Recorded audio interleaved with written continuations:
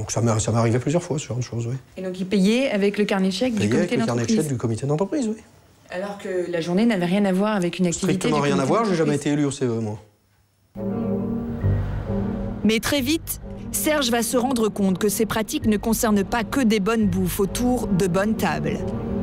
Selon lui, l'argent du CE de la SNCF serait détourné tous les mois pour payer du personnel à la CGT. La CGT a embauché une secrétaire et cette secrétaire, elle n'a jamais vu le CE, elle ne sait pas ce que c'est qu'un CE. C'est-à-dire qu'elle est payée? Elle est payée par le CE, elle bénéficie des avantages du CE, mais elle n'a jamais vu ce que c'était le CE, elle ne travaille que pour la CGT. Alors, pour couvrir ça, on dit qu'elle est la secrétaire des élus, c'est totalement faux. Elle fait tout le travail que lui demande la CGT. La liste du personnel du comité d'entreprise, la voici. 109 salariés payés à plein temps par le CE de la SNCF. Et pourtant, certains n'y vont jamais. Démonstration. Ce bloc de béton, c'est le bâtiment de la CGT Cheminot à Lyon. Quand on appelle la CGT, c'est une certaine Brigitte qui décroche. Je suis bien au secteur CGT Cheminot. Oui. Bonjour, je voudrais parler à Brigitte Bergeau. C'est moi. Et pourtant, sur les listes du personnel du comité d'entreprise de la SNCF, on trouve cette même Brigitte. Et voici sa fiche de paye. C'est bien le CE qui lui verse son salaire tous les mois. Mais c'est à la CGT que cette secrétaire va travailler. Qu'en pense Brigitte? Donc votre travail, c'est d'être à la CGT, on est d'accord? Comité d'entreprise. Voilà. Mais pourquoi vous répondez à la CGT? Pourquoi, quand on appelle la CGT Cheminot, c'est vous qui répondez si vous êtes salarié du comité d'entreprise? Ah ouais, moi je suis là où il y a une réunion, je suis venue pour prendre des notes pour une réunion, et puis voilà, c'est mon travail de secrétariat, et puis voilà. Nous avons appelé le CE pour savoir si Brigitte y travaille parfois, mais apparemment, elle n'a pas l'air d'y aller très souvent. C'est SNCF, bonjour. Bonjour, j'aurais voulu parler à Brigitte Bergeau, s'il vous plaît. Ah, elle travaille pas ici, Brigitte. Je suis bien au comité d'entreprise régional de la SNCF. Oui. Elle ne travaille pas chez vous? Non. Ah Elle bon? travaille au secteur CGT. Brigitte se trouve donc dans les locaux de la CGT Cheminot de Lyon, alors qu'elle est payée par le comité d'entreprise régional de la SNCF.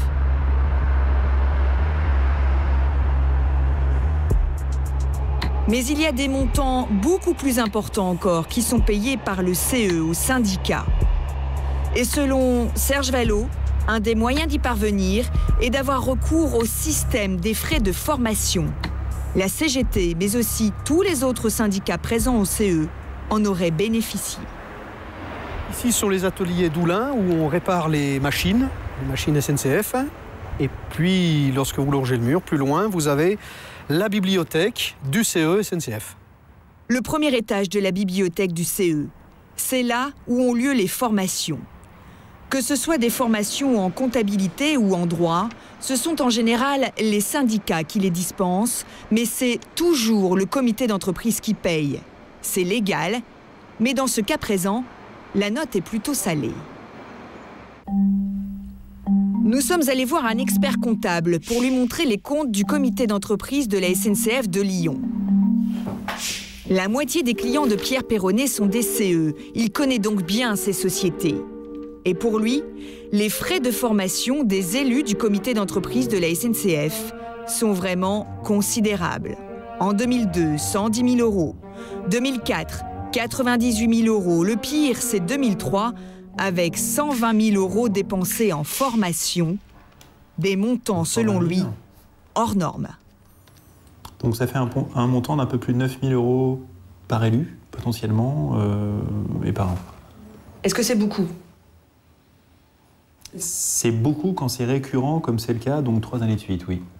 C'est-à-dire qu'une année, avoir 9 000 € par élu de formation, ça peut être normal?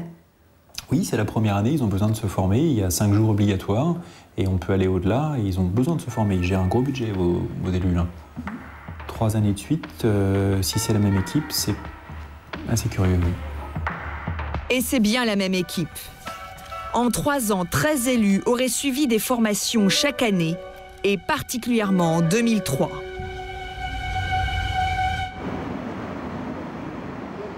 Cette année-là, les formations ont donc coûté 120 000 € au comité d'entreprise.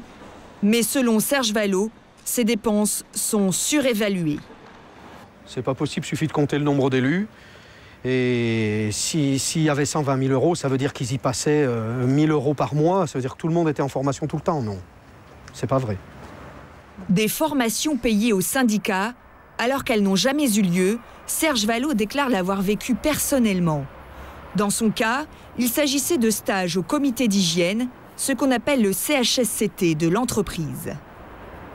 Les formations avaient réellement lieu ou il y avait des formations Il fantômes? arrivait parfois qu'elles aient lieu fictivement. Je prends un exemple, le mien. J'ai jamais subi de formation de CHSCT puisque c'est moi qui la donnais. Mais j'ai signé une attestation comme quoi j'ai participé à un stage, oui. Donc il y a 250 € qui ont été facturés, Par exemple. alors que vous n'aviez pas suivi la formation. Je n'ai pas bénéficié de cette formation, c'est moi qui l'a donnée à l'époque. Des factures de formation conséquentes, des notes de frais ou encore des emplois qui semblent profiter à la CGT. Voilà donc certains services qui auraient été rendus par le CE aux syndicats. Le problème, c'est que les caisses du CE de la SNCF sont loin d'être pleines. Voici par exemple les comptes fin 2006. Après 3 ans de pertes, il manquait au total près d'1 million d'euros dans les caisses. C'est considérable pour un comité d'entreprise qui n'a qu'un budget annuel de 3 700 000 €. Et ça risque de ne pas s'arranger. Nous montrons à Pierre Perronnet, notre expert comptable, une lettre reçue le 5 février dernier. Les impôts réclament au comité d'entreprise près de 700 000 € de TVA. Cette fois-ci, plus le choix. Il va falloir vendre une partie des biens du CE. Ils peuvent céder des terrains qui leur appartiennent, ou des salles de sport, ou une salle de théâtre, et malheureusement, donc arrêter complètement ces activités pour rembourser les créances qui sont dues. En bout de course, c'est les cheminots qui vont en pâtir, parce que déjà, ça impliquera des disparitions d'activités auxquelles j'espère les gens participent aujourd'hui, et en bout de course, les cheminots vont en pâtir, oui. Mais les conséquences les plus graves risquent de retomber sur les 109 salariés du comité d'entreprise. Car pour payer ses dettes aux impôts, la CGT, qui dirige le CE, pourrait bien licencier du personnel. Un comble pour un syndicat, et c'est bien ce qui met Serge Vallot très en colère. Ces salariés aujourd'hui risquent de perdre leur emploi pour des indélicatesses de ce genre-là.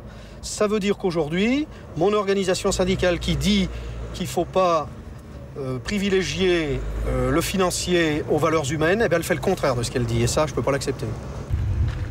Pour cette enquête, la direction du comité d'entreprise et celle de la SNCF n'ont pas souhaité répondre à nos questions. Pas plus que la CGT qui tient à rester discrète sur cette affaire. Mais ces pratiques commencent à faire du bruit au sein de ses propres rangs.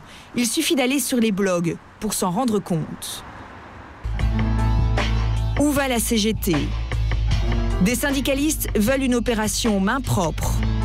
On trouve aussi des allusions à des comportements déshonorants pour l'ensemble des syndiqués. De plus en plus de militants pointent du doigt les méthodes parfois douteuses de leur organisation.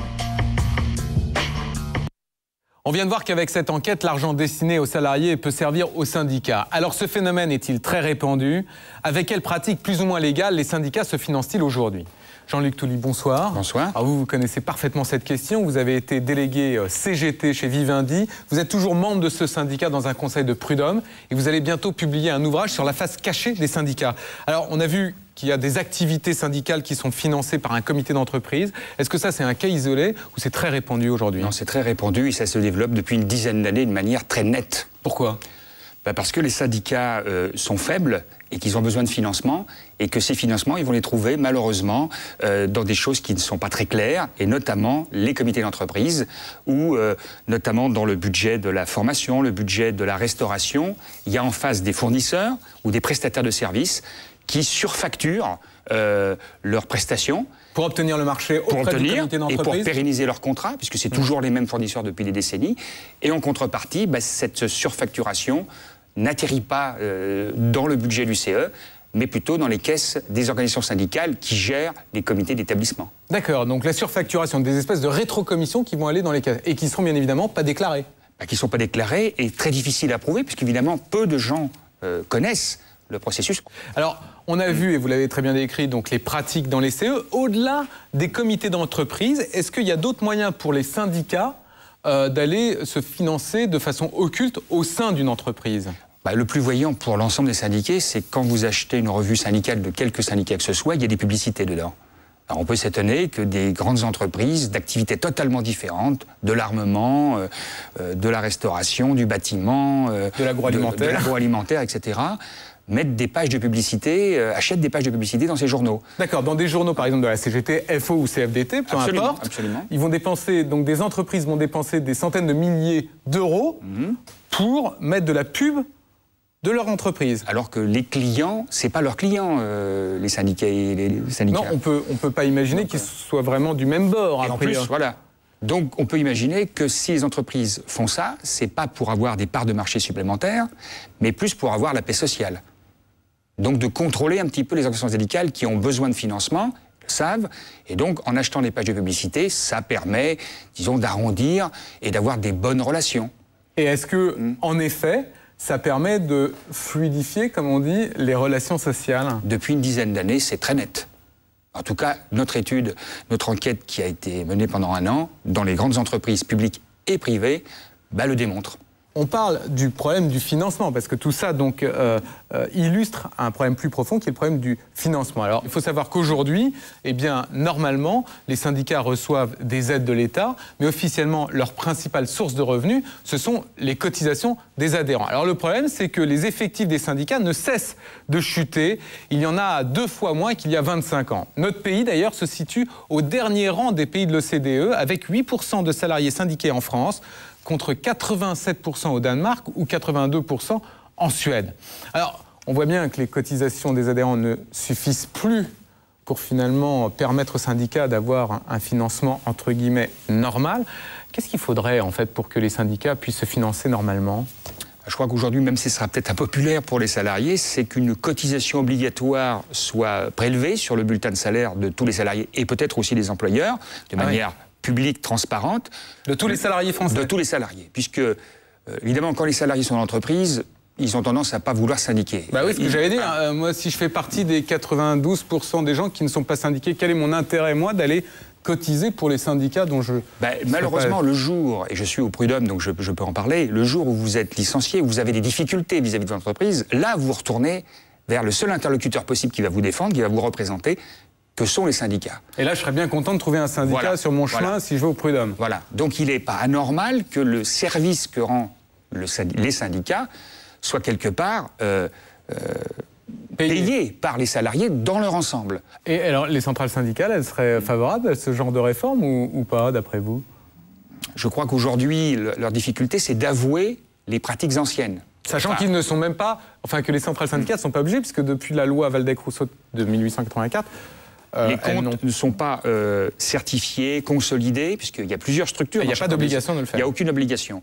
Donc effectivement, pour l'instant, c'est l'opacité la plus grande. Donc d'avouer des financements un peu occultes, tout à fait compréhensibles et tout à fait occultes, c'est difficile de l'avouer. Et je pense qu'on est justement à la lisière. C'est pour ça accepter de telles réformes, ça serait aussi accepter la reconnaissance de reconnaître des mauvaises pratiques. D'accord. En tout cas, merci d'être venu sur ce plateau. Alors des fraudes,